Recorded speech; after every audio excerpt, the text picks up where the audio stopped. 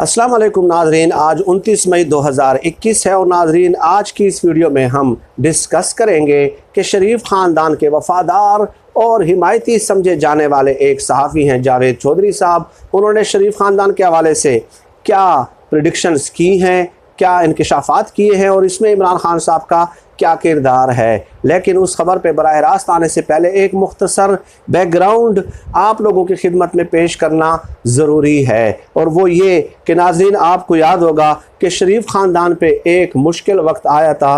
परवेज़ मुशर्रफ साहब ने जब 12 अक्टूबर 1999 को टेक ओवर किया था तो उस वक्त शरीफ ख़ानदान पे एक मुश्किल इब्तिला का दौर था। लेकिन उससे भी पहले जब टेक ओवर किया परवेज़ मुशर्रफ साहब ने तो नवाज शरीफ साहब और शहबाज शरीफ साहब को गिरफ़्तार किया गया और शहबाज शरीफ पे बाकायदा दबाव डाला गया कि किसी तरह वो अपने भाई से बरात का इजहार कर दें और उनसे लाताल्लुकी यूँ समझने का इजहार कर दें। हत्ता कि शहबाज शरीफ को उस वक्त वज़ीर-ए-आज़म बनने की ऑफ़र तक भी की गई थी और एक बार नहीं 2 बार शहबाज शरीफ साहब को जो है ना वज़ीर-ए-आज़म बनने की ऑफ़र की गई थी, लेकिन शहबाज शरीफ ने जो है वो डिक्लाइन कर दी थी। उसके बाद आपने देखा कि शरीफ ख़ानदान बैरून मुल्क जिला वतन हुआ। 30 अफराद थे ख़ानदान के और 100 सूटकेसों समेत अपनी पार्टी की सीनियर लीडरशिप को एतमाद में लिए बग़ैर ये लोग जो है वहाँ से जिला वतन हुए।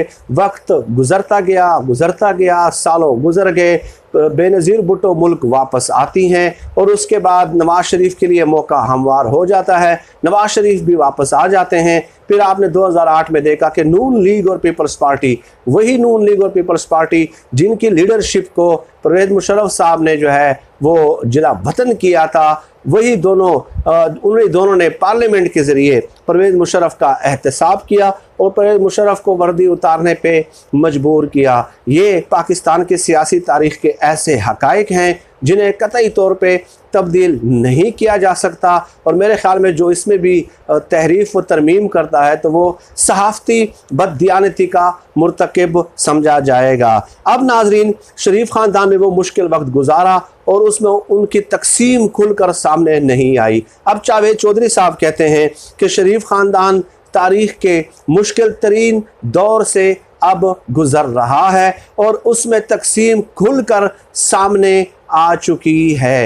हत्ता कि जावेद चौधरी साहब यहाँ तक कहते हैं कि इम्कान है कि नून लीग की सीनियर लीडरशिप नवाज शरीफ साहब से बगावत का ऐलान कर सकती है, क्योंकि नून लीग के ज़्यादातर सीनियर रहनुमा जो है वो उन्होंने अपना वज़न डाला है शहबाज शरीफ साहब के पलड़े में। व्हाट डज़ दैट रिफ्लेक्ट कि अब वो खुलकर इनके जो वफादार और हिमायती साफ़ी हैं वो भी ये कह रहे हैं कि वाज़ेह तकसीम है। शहबाज शरीफ, मरियम नवाज़ और नवाज शरीफ ये मुख्तलिफ कैंप्स बन चुके हैं और नून लीग के ज़्यादातर रहनुमा जो हैं वो शहबाज शरीफ के साथ हमें नज़र आते हैं। जावेद चौधरी साहब मज़ीद कहते हैं कि शहबाज शरीफ साहब बैरून मुल्क जाना चाहते हैं, लंदन जाना चाहते हैं, नवाज शरीफ को कन्विंस करना चाहते हैं। आपने देखा इमरान खान साहब को इंटरव्यू में उन्होंने ये भी कहा कि मैं नवाज शरीफ के पाँव पकड़ लूँगा।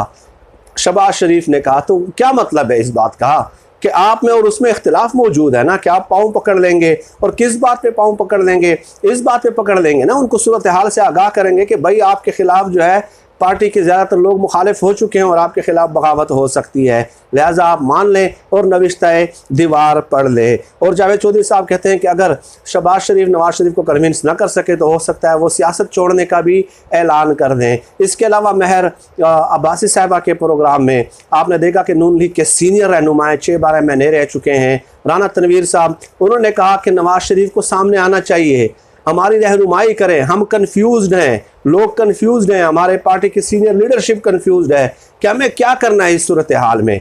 यानी राना तनवीर भी कह रहे हैं कि हम क्या करें, किधर जाएं, शहबाज शरीफ की तरफ जाएं, नवाज शरीफ की तरफ जाएं, मरियम नवाज़ की तरफ जाएं।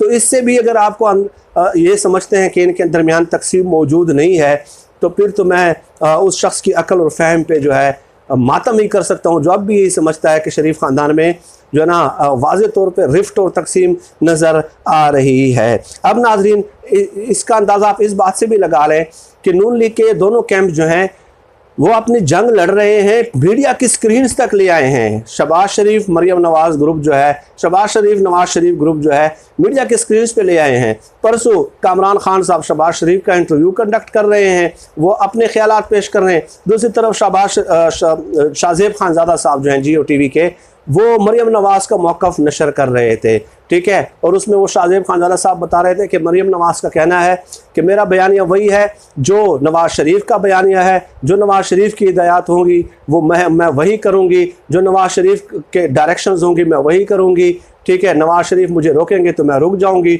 वो कहेंगे कि मूव ऑन तो मैं मूव ऑन करूँगी। यानी मीडिया की स्क्रीन्स पे एक ही दिन में दोनों मौक़िफ़ पेश किए जा रहे थे, एक तरफ शहबाज शरीफ और दूसरी तरफ मरियम नवाज का। तो इससे भी अंदाज़ा होता है कि ये वाज़ेह तकसीम अब नज़र आ रही है। अब इसमें इमरान खान साहब का क्या किरदार है, ये जावेद चौधरी साहब के जो है ना इंकशाफात थे। तो इमरान खान साहब ने एक मौक़िफ़ लिया, एक स्टैंड लिया। आपको याद होगा कि ये भी एक ख़बर है कि मुक़्तदर हल्के मरियम नवाज़ को भी बैरून मुल्क जाने दे रहे थे, लेकिन इमरान खान साहब उसमें रुकावट बन गए। शहबाज शरीफ साहब भी अभी बाहर जाना चाह रहे थे, हाई कोर्ट ने उनको बाहर जाने की इजाज़त दी थी, नाम हुकूमत ने ECL पे डाल दिया। तो इमरान खान साहब ने एक मजबूत मौक़िफ़ लिया नवाज़ शरीफ के जाने के बाद कि अब एनफ़ इज़ एनफ़, अब मज़ीद नहीं हो सकता। तो उसकी वजह से भी इनके अंदर जो है ना ये इख्तिलाफ़ात पैदा हुए। दूसरा ये कि सबसे बड़ी रुकावट और सबसे बड़ा चैलेंज अभी कौन है, इमरान खान साहब है। अगर उनका मौक़िफ़ ना होता और उनका फर्म स्टांस ना होता तो डेफिनेटली इनके सामने क्या था, पीपल्स पार्टी और नून लीग तो आपस में जो है ना मिलजुल के ही हुकूमत कर रहे थे। और मौलाना फजलुर रहमान साहब को हर दौरे हुकूमत में कोई ना कोई वजारत से नवाज दिया जाता था। तो डेफिनेटली अब ये एक ऐसे स्टेज और एक ऐसे क्राइसिस से शरीफ ख़ानदान गुजर रहा है जो ये परवेज़ मुशर्रफ के दौर में भी नहीं गुजरे थे। ये मंदरजात दर्ज किए हैं नाज़रीन जावेद चौधरी साहब ने। आखिरी नतीजा जो है ना वो मैंने ख़ुद अख़ज़ किया है। तो इससे आप अंदाज़ा लगा लें कि इनके इख्तिलाफ़ात काफ़ी वसी हो चुके हैं। सीनियर लीडरशिप जो है, राना तनवीर जैसे लोग भी मीडिया के स्क्रीन्स पे आके ये कहते हैं कि नवाज़ शरीफ को सामने आना चाहिए, लेकिन उसके बावजूद भी नवाज़ शरीफ साहब खुलकर कोई जो है ना रहनुमाई नहीं कर रहे। अंदरूनी खाना इनके हालात जो है काफ़ी तकसीम पैदा हो चुकी है। नो डाउट PTI में भी बहुत ज़्यादा तकसीम है, उस पर भी हम बात करते रहते हैं जहांगीर तरीन के हवाले से कि PTI में भी 3 के करीब ग्रुप जो है वो बन चुके हैं, 3 के करीब ग्रुप बन चुके हैं।